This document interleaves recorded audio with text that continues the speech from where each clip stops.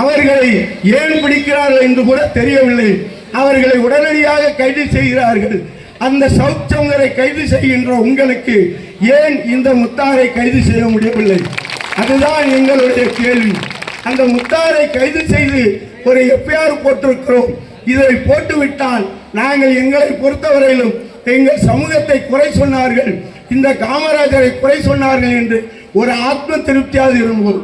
ஆனால் இன்றைக்கு இந்த நிலையை தொடர்ந்தால் நாம் நம்மளுடைய வரலாறுகளை மாற்றி எழுத வேண்டிய கட்டாயம் வந்துவிடும். அதைத்தான் இந்த சமூகத்திற்கு சொல்கிறோம். எங்களை பொறுத்தவரையிலும் நாடார் சமுதாயம் வணிகம் செய்கின்ற ஒரு சமுதாயம் என்று சொன்னார்கள். ஆனால் ஒன்று தொழில் ஒரு சிறு கதையை சொல்லி முடிக்கிறேன்.